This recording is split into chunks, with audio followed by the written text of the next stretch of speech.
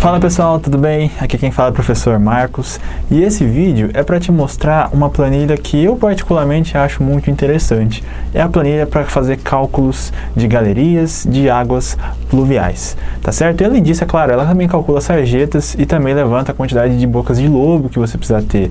Então é uma ferramenta completa aí para você que faz projetos de condomínios, para você que faz novos loteamentos ou que às vezes precisa fazer aí ganha uma licitação aí para fazer apenas uma única rua. Então, essa planilha serve para você, meu amigo engenheiro, engenheira ou profissional da área que quer aí fazer um cálculo preciso e dentro aí do que é de mais tecnológico na área de engenharia dessa parte de recursos hídricos, especialmente aí hidráulica e hidrologia. O que a planilha se propõe a fazer?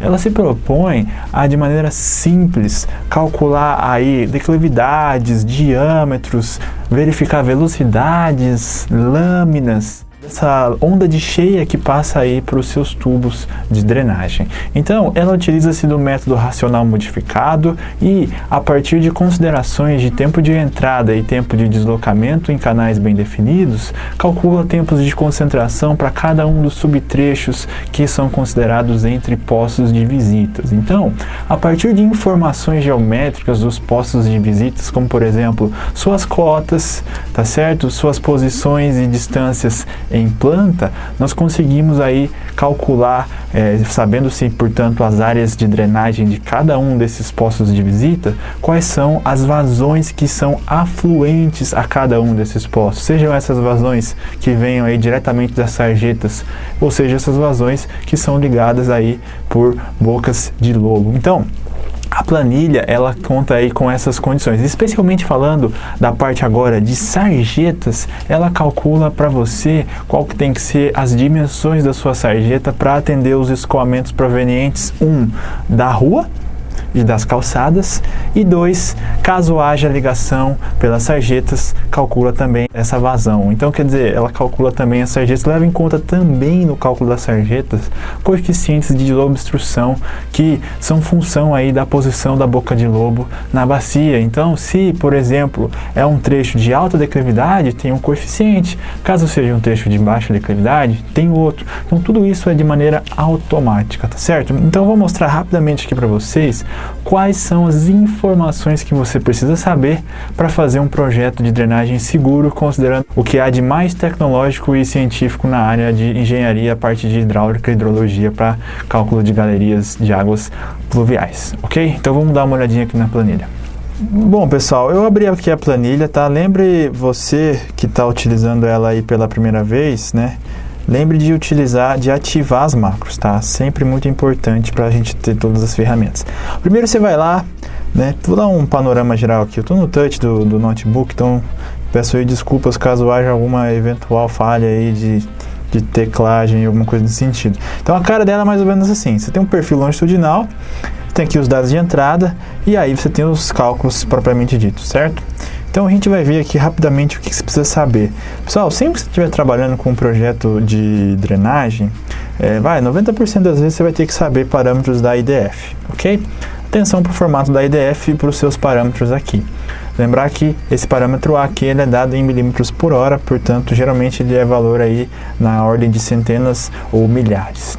Então preenche os parâmetros da IDF da sua localização, preenche o tempo de retorno, ok? Preenche aí os critérios de projeto, por exemplo, qual que é a lâmina líquida máxima, qual que é o Y0 sobre D que você vai utilizar para a sua galeria. Entenda, isso é critério regulatório às vezes por o seu estado ou a sua localidade, ok? Então vai atrás disso, vê qual que é a lâmina que eles sugerem e utiliza isso. Preenche o material dos tubos, coeficiente de Manning, velocidade máxima, velocidade mínima, declividade mínima, ok? Preencheu aí os parâmetros das galerias. Mesma coisa para as sarjetas, lâmina líquida máxima, ou seja, aqui eu estou adotando 100%, tudo que eu colocar lá pode escoar.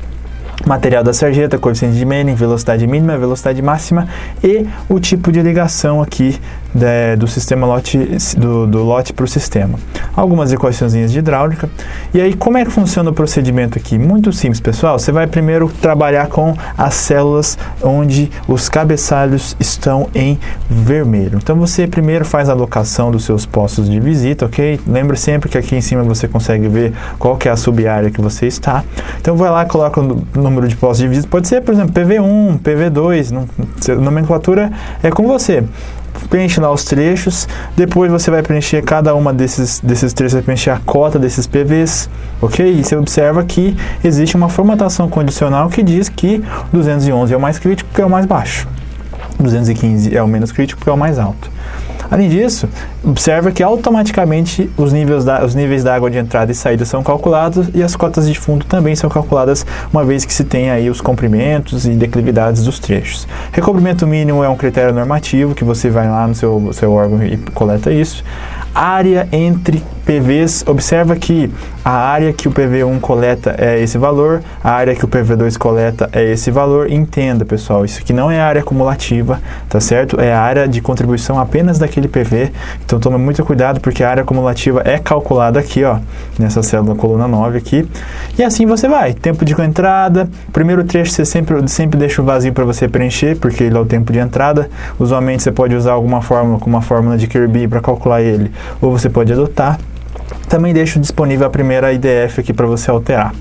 Muito bem, então você vai preencher só os dados vermelhos, ok?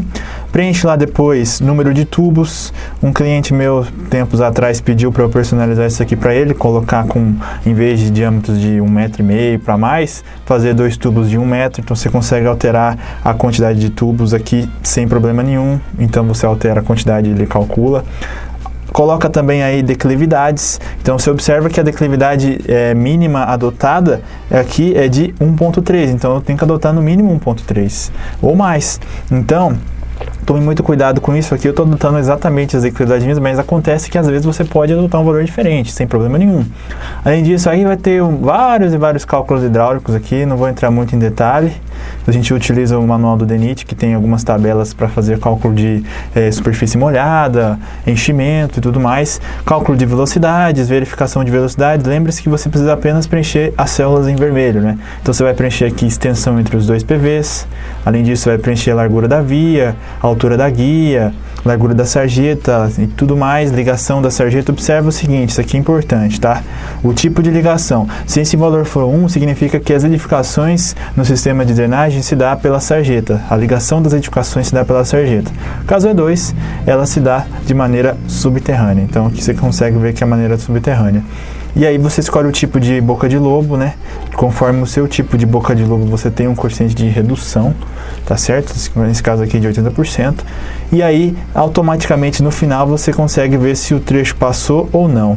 Então, nesse caso, esse trecho passou, esse trecho aqui não passou. Ele está pedindo para que a gente aumente a lâmina de projeto aí, no caso das sarjetas.